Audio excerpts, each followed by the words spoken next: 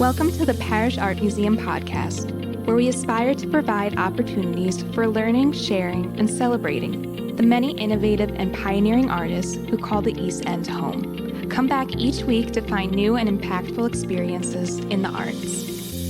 Hi everybody, thank you so much for being here. I'm Terrie Sultan, I'm the director of the Parrish Art Museum, and I'm very, very, very excited about this program today. Last year, we presented for little girls moving portraits of the American Civil Rights Movement to enormous success and acclaim to celebrate Black History Month. This performance, which I experienced last year and was actually so uplifted by this that I've never ever forgotten. It includes film, dance by the Edge School of the Arts. An experimental film by Kerri Edge combines historical authenticity, contemporary dance movements, and it's choreographed to the spoken word and 60s protest songs to recant the horrific story of the 4 young Black girls who were murdered by the KKK when the bomb exploded at the Black 16th Street Baptist Church in Birmingham, Alabama, in September 15th, 1963. That seems like a long time ago, but it wasn't, and it isn't. And what happened then still reverberates to today. So it's an historical founding for this project, but it's all the same truth that we're living every day. I'm thrilled to say that we're co-presenting this with the Hamptons United Methodist Church, and especially want to thank the Jerome Foundation for the Jerome Artist Fellowship and Kerri Edge. Takes a village to put these kinds of projects together, and we're very happy that you're part of the village. Kerri is an activist who uses dance, film, as vehicles to shed light on issues of social injustice and to commemorate the achievements of African American people. She is the artistic director and soul of the Edge School of the Arts in Jamaica, Queens, which is dedicated to bringing the art and discipline of African American dance to young, and some of them are really young, aspiring artists and both community and international audiences. Edge began her dance training at the age of 3, and you're gonna see some of these aspiring, young, wonderful, talented people, and has studied at the Avon Ailey American Dance Theater, the Martha Graham School, and other schools, and she is currently a professor of dance at the Medgar Evers College.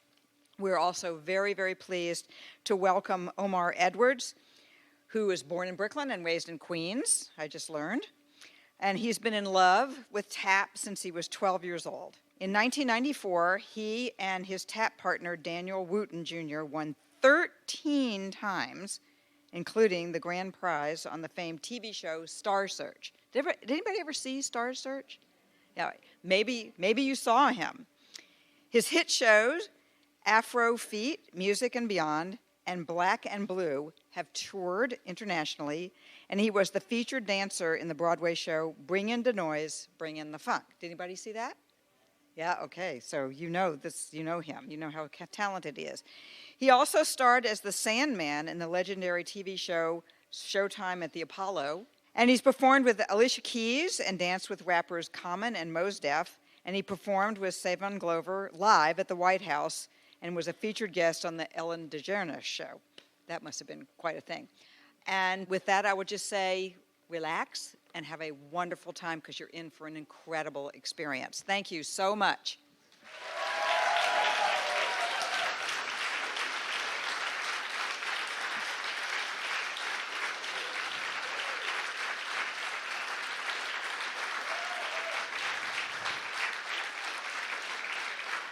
Never in my life have I seen such an incredibly talented group of people. And boy, did you guys rock the house. So, absolutely unbelievable. And thank you so much for an amazing, amazing afternoon. So, we're gonna have a little conversation. Kerri is gonna join me with some of the dancers.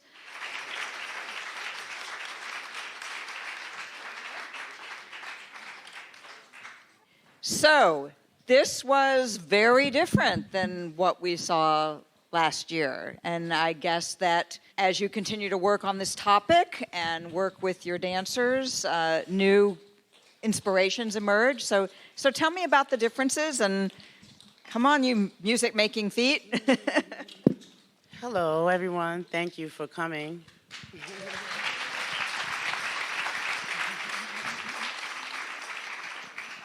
I think the major difference was the inclusion of Omar Edwards and the new tap scene at the beginning, Birmingham jail.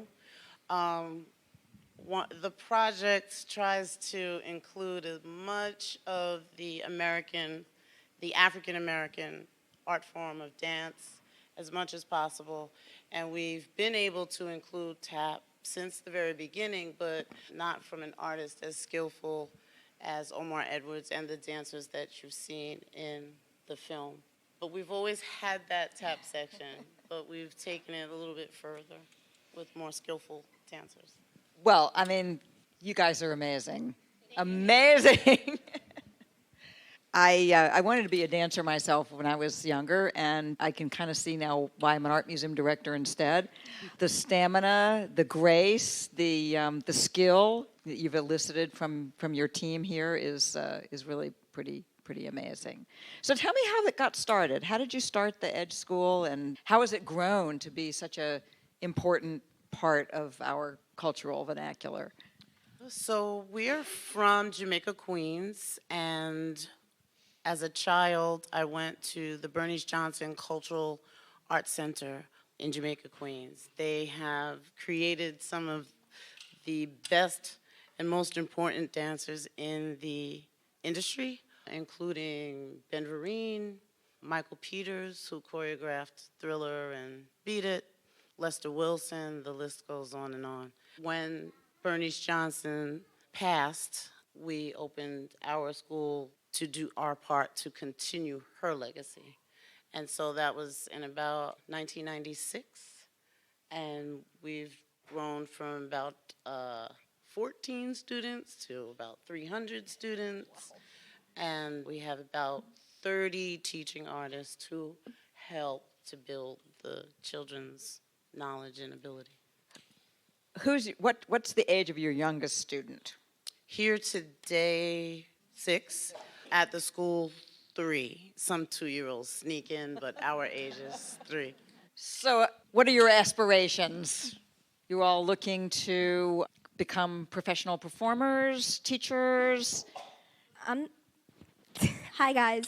I just want to say that I'm not sure what I want to do, but I definitely am going to continue dancing. I don't know if I'm going to be a performer or a teacher, but dance will still be in my future, for real.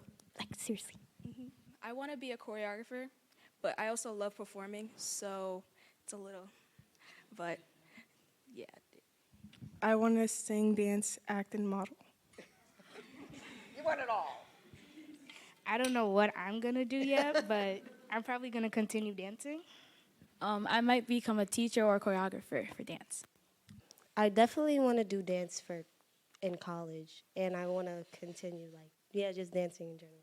I definitely want to perform in my future, and I want to teach too, but that's about it. I mean, for years, since I was little, I wanted to be a choreographer, so, I definitely want to grow up and do that. I don't know what I want to do, but I know that dance will be in my future. So was dance something that was part of your families, that it kind of became natural to you?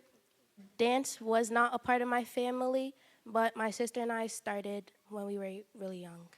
Dance wasn't a part of my family either, but, my family noticed, when I was born, I was just really flexible, so they were like, we have to get this little girl into something. So, yeah, I just started dancing from there. Dance has always been in my family, performing in general, really. So it was just a given that I was going to get signed up for dance classes. For me, my family, they do they sing, they do art. My mom, when she was little, she joined Bernice Johnson, but she's not that type of dance. She doesn't do dance, but in my part, I like to dance. Dance is in my family. It's been going for a long time, and also my mother attended Bernice Johnson. Dance isn't in my family. I'm the first one. So on my dad's side of the family, dance is a big part of the family, and on my mom's side, singing is. So I guess that's why I want to do the two. Dance has been a part of my family because my grandmother attended Bernice Johnson, so it's always been incorporated in my life somehow. Dance has not been in my family, but me and my older sisters started it. Like our generation is the first.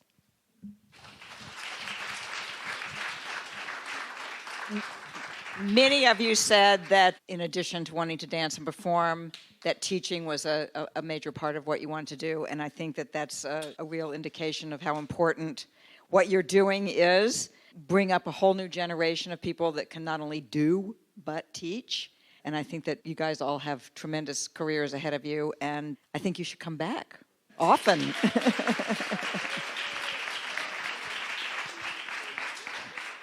Kerri, do you have anything?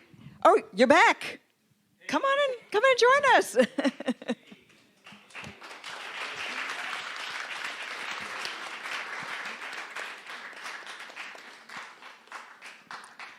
So, teaching is obviously something that's part of your DNA also. I know that you have a huge career, you've been to the White House, and yet you have a dedication to this school and to this amazingly burgeoning group of young creative people.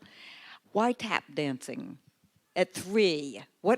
Where did you see tap dancing at 3 years old that made you fall in love? 3, I was 12. Oh, 12. Oh, you were already an adult. Good afternoon, everybody. Are you awake? You sure? Okay, because I see a few people look like they on snooze. I don't think so.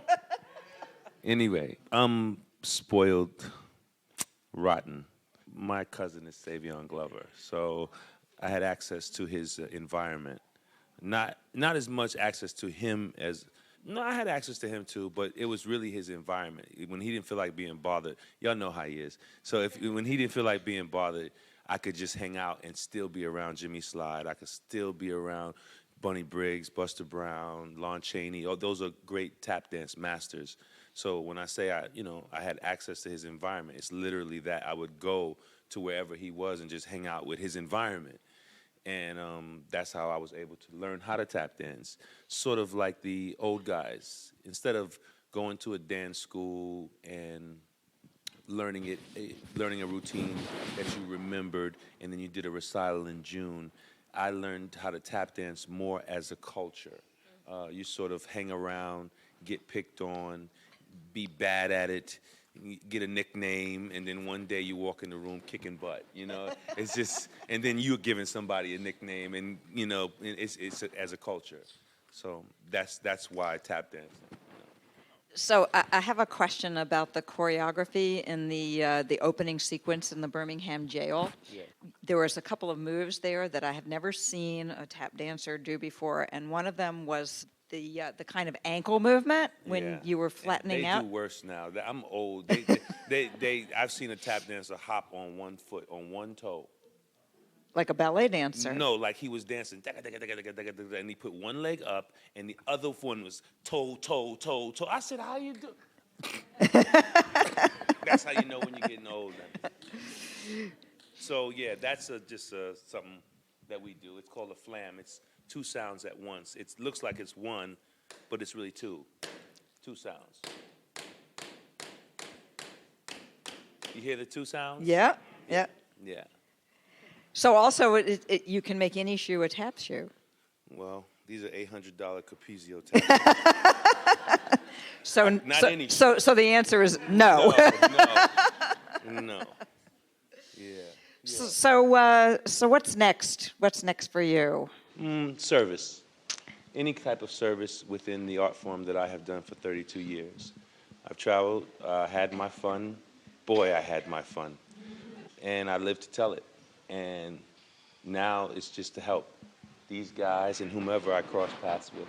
If I can be of some service to you, if I can help you through the art form itself or through my thoughts of the art form or my way of presenting the art form, and which is really storytelling in its essence. So any type of service. I used to sit back and say, I like tap dancing, you know, Vegas style, nice suit, nice music, great show, blah, blah, blah. It's cool. You know, it's steady money, right. But what about the little girl, God forbid, who gets abducted? What could I do? What could I do? So could I make a tap dance video that brought awareness to that little girl? Yeah, I could.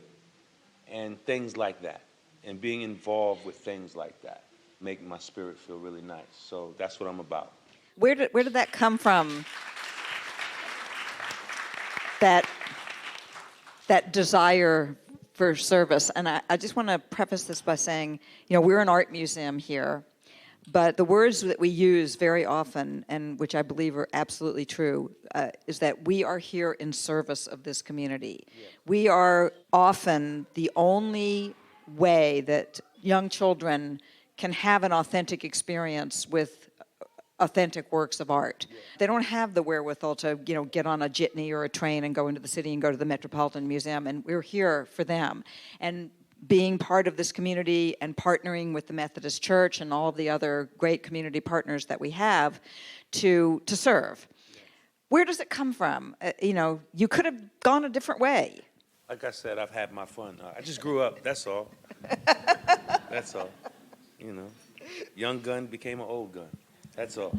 Okay, so there's nothing old about you. When I say that, I just mean, you know, you how many times can you ride the cyclone, you know, before you can tell somebody how to make one? Brilliant. That's beautiful. Well, I know you guys have learned a lot from working with your team here, and you're going to carry this forward. You're going to have your fun. You're going to ride your cyclone, and then you're going to come back and give back to your community too. And this is how it goes, right? You drop a pebble in this pond, and the circles go out, and everybody benefits. But I will say that we have certainly benefited from this creativity tonight, and I cannot tonight. It's only in the afternoon. Tonight already? No, but it's dark in here. Yeah.